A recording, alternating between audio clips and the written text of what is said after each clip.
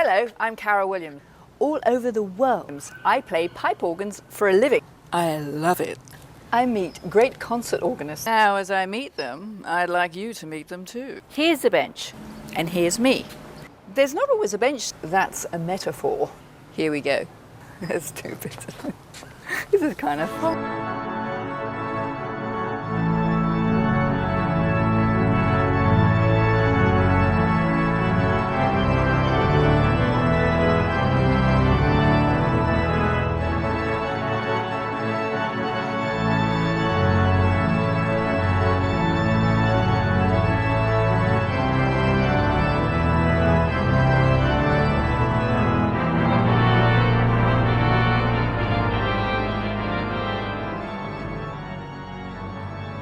What? It's an electronic. Yeah, right. I mean, should we do the advertising for Rogers, or should we turn off the lights so it's really?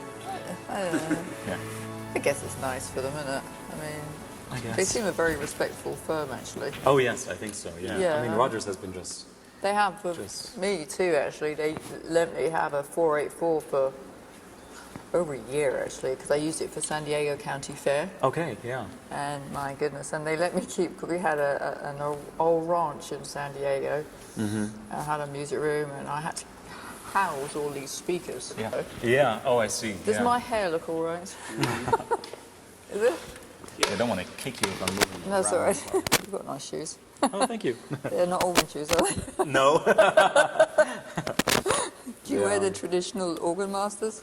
Yeah, but I've had those since I was 15, I think. Yeah, with the same pair? The same pair. Good lordy. And I got them actually through trading them with an organist. Because at that point, I was still so fresh from Germany that in Germany we don't have organ masters. People just go to the regular shoe store and you just figure out if there's a slender enough shoe, maybe a bit of a heel. And so I had just regular dress shoes, and I played with those, and then it turned out for that recital I had forgotten them. Oh, yeah? And I showed up without organ shoes, and I asked the organist there, I said, do you have shoes? What's your size? How do we do this? Because I can't play with bare feet, I can't play with my sneakers, and so on. And so he gathered this pile of shoes from all his colleagues in the area, and there was this one pair. I thought it was so great, and I'd never played with organ masters before then. And so I played in the recital in that, and I thought it just felt outstanding. And then afterwards, I was introduced to the person who these shoes belonged to, and we chatted a little bit, and I just said to him, look, these fit so great, and they're already so beautifully worn in. What do you want for them? Can I keep them? And so he agreed that for a full set of my CDs, he would give me the organ shoes. Oh, there you go. And so I've kept these shoes ever since, and that's what I still play with. I've officially parted with them a few years ago, and I've got a new pair sitting at home. And you haven't worn them in? No, I haven't worn them in. So I keep using these old ones, even though I've committed myself and I've said officially goodbye, but I keep going back to them. I use Capezio dance shoes. Okay, yeah. And I don't know, I never got on with organ masters for women. I find them too stiff, right? Okay. The dance shoes are great, they bend. Yeah. But I get through them in about every 3 years. They just wear out. Yeah. And some of the new pairs that look exactly the same just don't feel exactly the same. I guess they're handmade. Interesting. I mean, I got 2 pairs about 6 months ago. Yeah. And one was pink, one was black. They looked absolutely the same. But the black pair, the heels would just slip away on the pedals. And I thought, I couldn't understand. They look the same. So if you don't like something, just say, I want to redo that. He's brilliant at editing. Okay. So don't worry about anything, it's supposed to be, like, as I said, having a cup of coffee in Starbucks, right? Yeah, just having a chat, right? I think nothing too serious. Yeah. Concert organist is fine. Yeah. On the bench with me today is a good friend, somebody I've known for many, many years, Felix Hell. Felix, it is so good to sit with you and chat with you on the series. I thank you for doing this. It's so wonderful to see you. Yes, I've known you for a long time. We won't go into that too. Yeah, so actually, let's go a little bit into it, because I was sitting in the car and I was driving here and I was trying to think, when did I first meet you? And I have to admit, I cannot exactly remember. But I remember. think... Oh, you remember exactly? Oh, yes. Oh, then when was it? Tell me. It was in Garden City. I was the organist. That's right. I was the organist, Garden City, Long assistant Island. organist there, and the Cassavant organ, great organ. That is right. Very loud organ, I remember that. Very loud organ. Yeah, and I remember you right. playing, and it was just stunning. Oh, you're so And kind. I've been Thank watching you. And you played for me in San Diego, of course. That's right. Yes. Yeah, I think maybe Garden City, Long Island was It's going so back a long long ago. time, That was I know. my childhood memories or Yes. something like that. But, So your roots are from Germany? that's correct. I was born and raised in Germany. Yes. And then I think right around that time when we met was when I first came to the United States. And I must have been 12 or 13 at the time, and got to dip my feet into the United States and got to with some American organ air, and it was just such a wonderful So your first transition. experiences here in the States, what was it? Do you remember? What do you think? Yeah, I remember that I was very misinformed in Germany about the organ scene in the United States prior to coming here, because, or maybe I just assumed that because so much of the history of organ playing and organ literature and organ building is in Europe, I assumed what can there possibly be in the United States? And then I came here and I saw this really vibrant and friendly and active and welcoming community. Yes. And one of the main differences I noticed is just how welcoming the community was to new ideas and more, let's say, unorthodox ideas. Yes. Which I think was not so much the case in Germany at the time.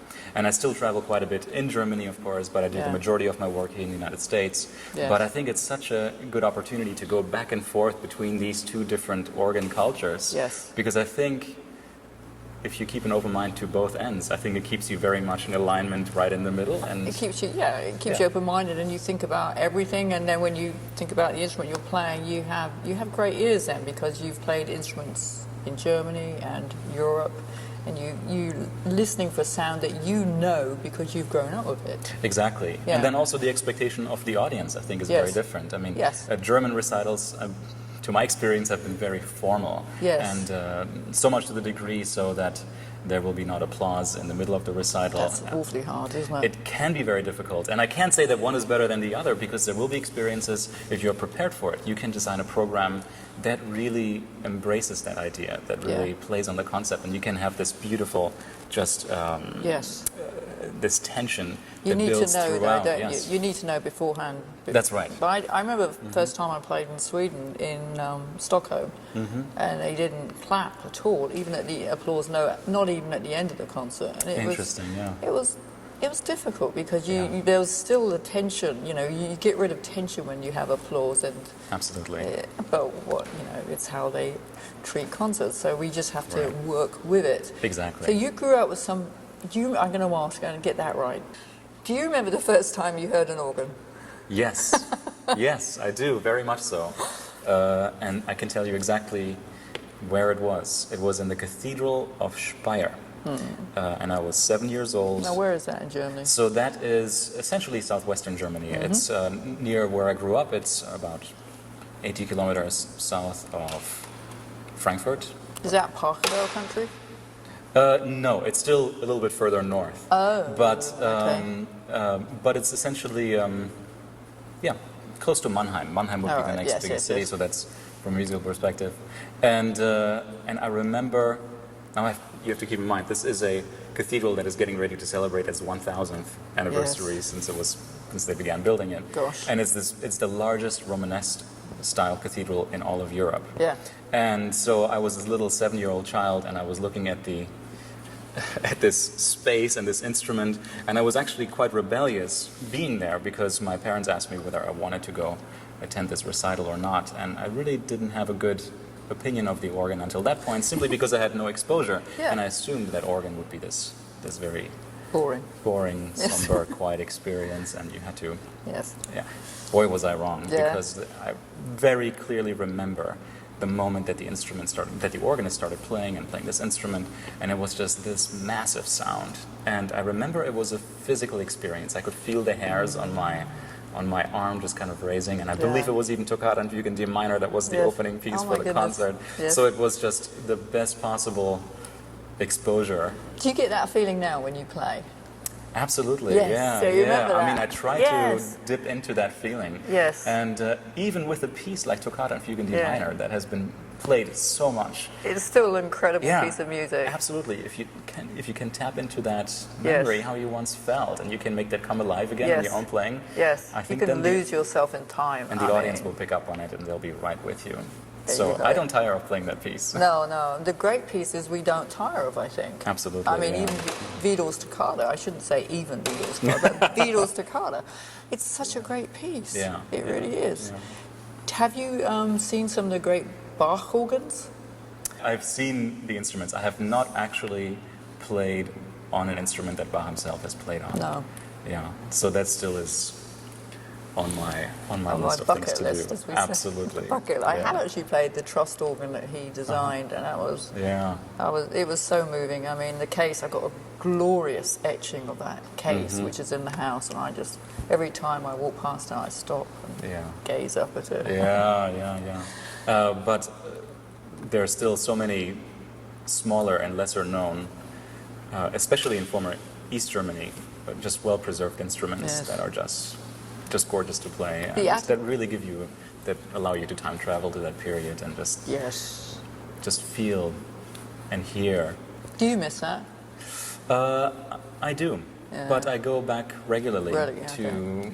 immerse myself in Yeah. those instruments and to play them.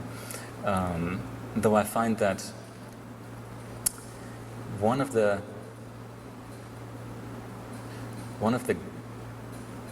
greatest kind of surprising discoveries that I've made have been Hauptwerk instruments. Yes. And I think that really every music school with an organ department should invest into these instruments because yeah. you just get an impression of what these instruments know. sounded like. And when I first heard about the concept, I was a bit skeptical. Yeah. But when I got to experience it myself, you really are being put into that space. I know. You're being put in front of that instrument, and I was quite stunned. Quite surprised, positively surprised. I'm actually waiting on a Hauptwerk. I mean, Okay. there's a delay on it, which is a bit of a shame, but I'm waiting on it. I'm getting 4 manuals, 2 computer screens. Okay. And I cannot wait for this. I mean, because you're right, you can really experience a great romantic organ or a great Baroque instrument, Yeah. a great theatre organ. Yeah. I mean, and it would be an amazing teaching aid.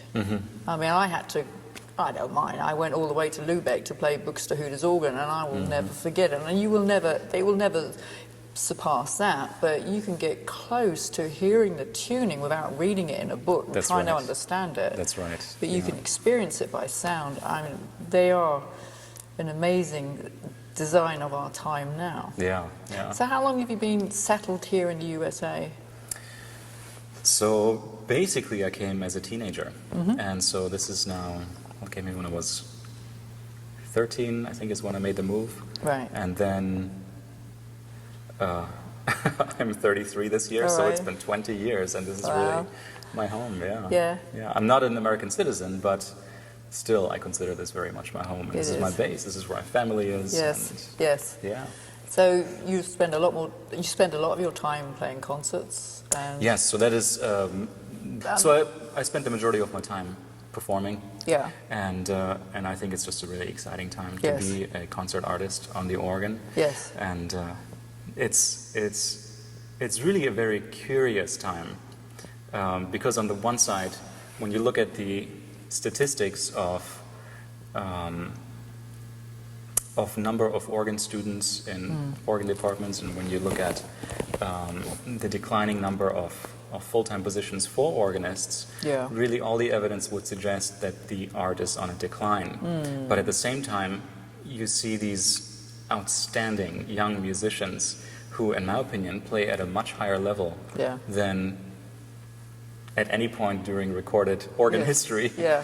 And it's just so inspiring, and it's kind of this Yes. counter movement in Yeah. a way that, despite the numbers, the organ, I believe, is in the middle or at the verge of a renaissance. And it brings up a bit of a dilemma, because on the one side, we need to have young organists. We need to Right. recruit, people who keep this art alive and who play really well and who keep teaching other students. But at the same time, the statistics tell us that there's no need and no desire, no prospect for young organists. So how do we find these young people, and how do we grant them an opportunity to essentially create new markets for the organ? Because obviously fewer and fewer organs are being used for church services, there are fewer full-time positions, there are fewer students, but at the same time we need to find a way to attract. I guess social media, really. I mean, there's a great... The internet, yeah. The internet, I mean, things like Facebook, people putting videos up and just getting more people to concerts and playing, but the thing is, you get people to concerts, you've got to play what people want to hear. I mean, people's time frame of concentration now is, I think, a lot less than it used to be. So a really long program at an inaugural concert is what I'm doing here. You know, it's probably not the way to go with a program here. You've got to play, you've got to know your audience. So I think, you know, you have to play what people want to hear, so you have to know the people who are coming into the... I learned that in San Diego, really, because all the concerts were free. And they would only stay if they liked it, even on the Monday night concerts, you know. I mean, and specifically the Sunday afternoon concert, you get the people passing by, buying an ice cream, had no interest in hearing an organ, and then they thought, oh, what's that? Keep those people in their seats. And Absolutely. I learned a lot by that. But you're right, we've got more instruments going into concert halls, I thought. Is that right? My impression is that that is indeed the case, especially in Asia. You cannot have a new concert hall organ, you cannot have a new concert hall without a massive instrument in it. And so you see these brand new organs all over Asia appearing, which is very exciting. So what do you think we should do as artists to help get people on the bench? Yeah, well, I agree with you entirely that we need to know our audience, and I think we need to be very flexible and sensitive to what our audiences need. But at the same time, I think that we need to fulfill a sort of educational role and also bring people closer, not only to the accessible pieces, but also to the pieces that offer, to the literature that offers more depth. I find that we need to find intersections between our art and other arts as well. Yes. I find that a lot of events that I have attended, organ concerts, are really catered towards organ aficionados. But these people really enjoy the concerts. They enjoy, So a couple of things that I have done that have really excited me in the past couple of seasons is to perform Bach's Goldberg variations on the organ, and I had the pleasure to do it all throughout the United States, in particular at Disney Hall in LA, and also at Davies Hall in San Francisco.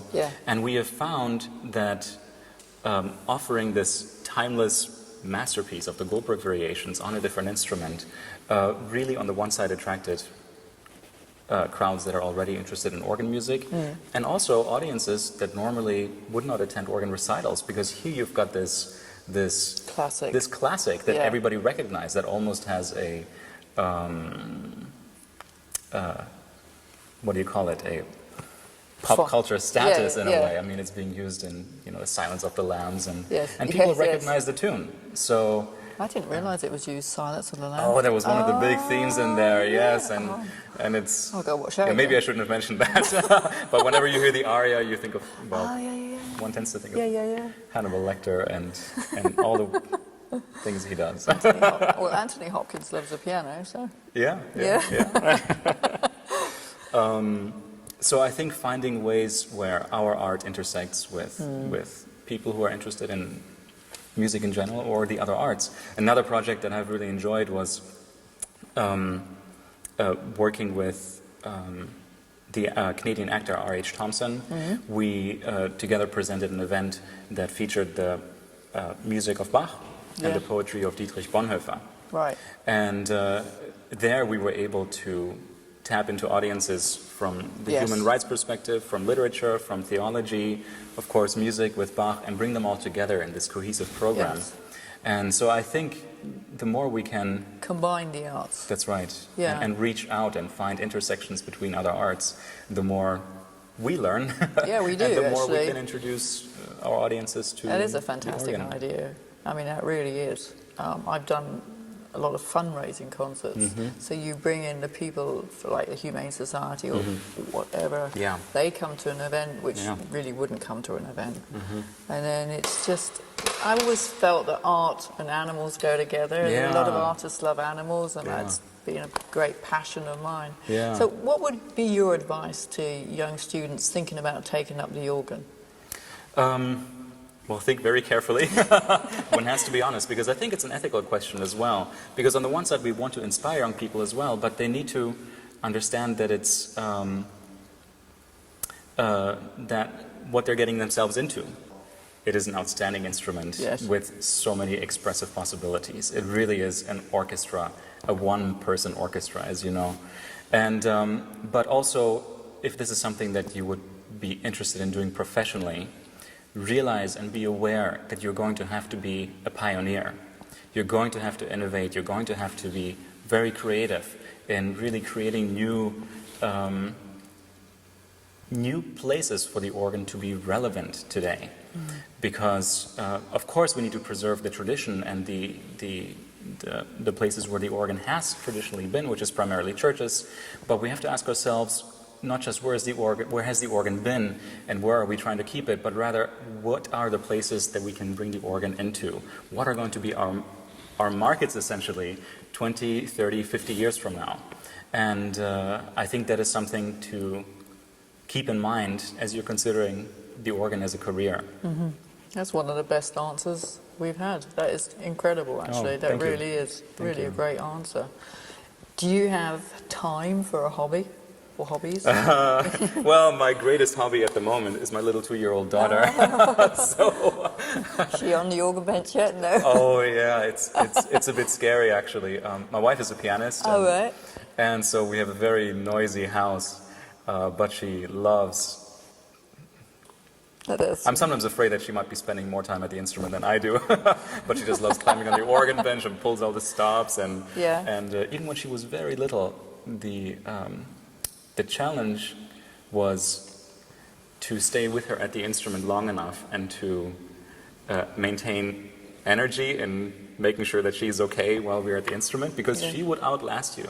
She would have sat at the piano or at the organ for a half hour or 45 minutes. And at the point where you're like, well, at this point, don't you want to do something else? You know, they're your stuffed animals, some crayons.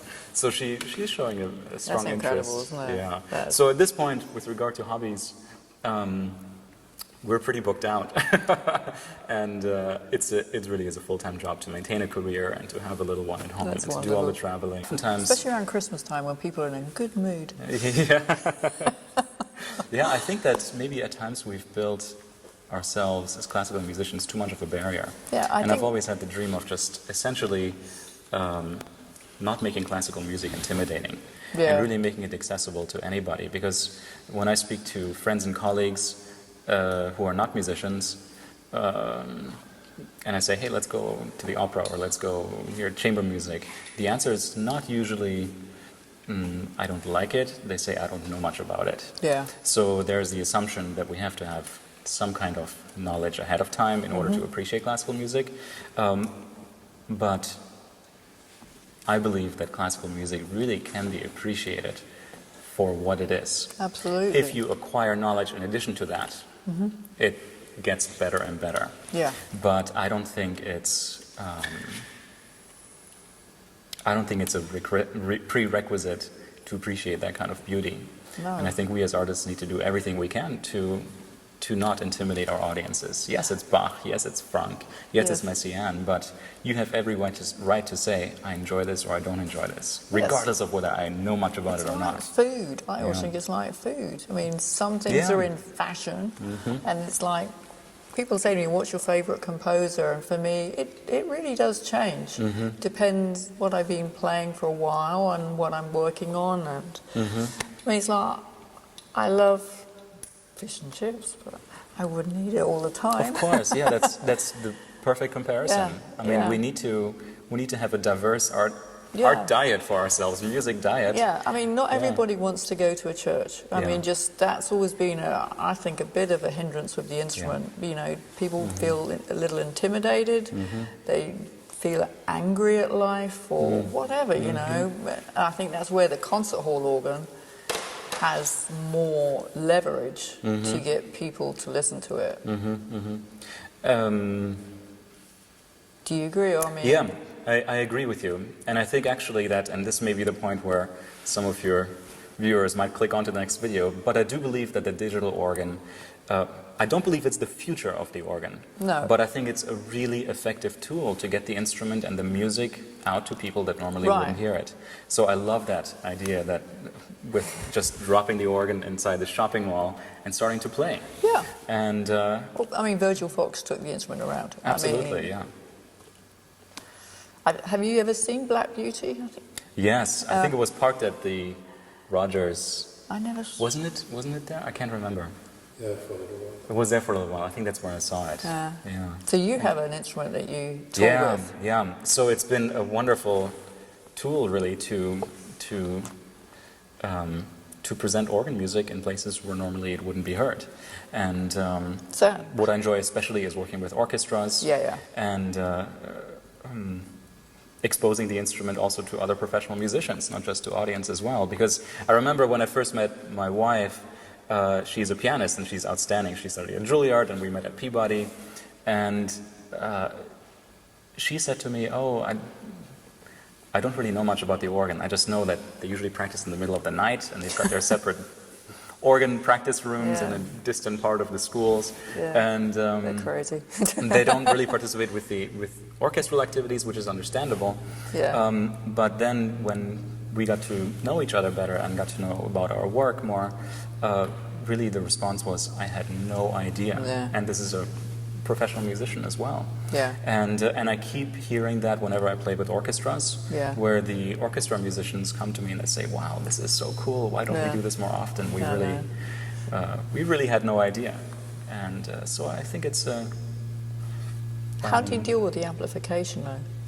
I mean, you take the speakers with you? Yeah, so at home, when I use it as a teaching instrument and as a practice instrument, I either use it with headphones or with two very small speakers.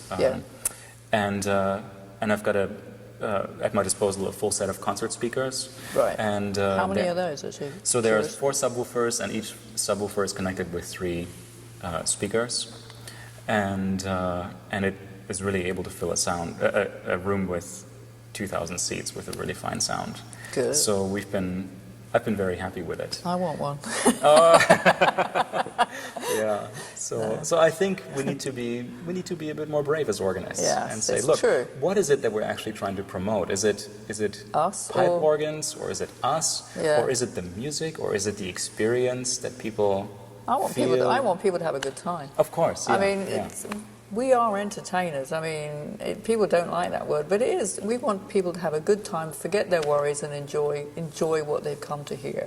Now, whether you're playing Bach or Brubeck or Beatles, or you should just be enjoying that moment and just letting everything else go. That's my goal. But if I think about myself as an audience member, some of the most meaningful performances that I have attended, not an organ, in other fields, they were experiences that to this day I feel like I can go back and remember how I felt and gain inspiration from those performances. And I feel like that is something that I'm trying to achieve, or I'm trying to give to my audiences whenever I play. That it's not just at the moment when it's happening, but it's longevity, and it's something that they can feed off. Hopefully for the rest of their lives. That's really good. Well, we wish you all the best. I look forward to maybe we can share a concert sometime together, because wouldn't it be fun? I think it would be, absolutely. You're terrific. Thank you so much, Felix. Thanks, Carol.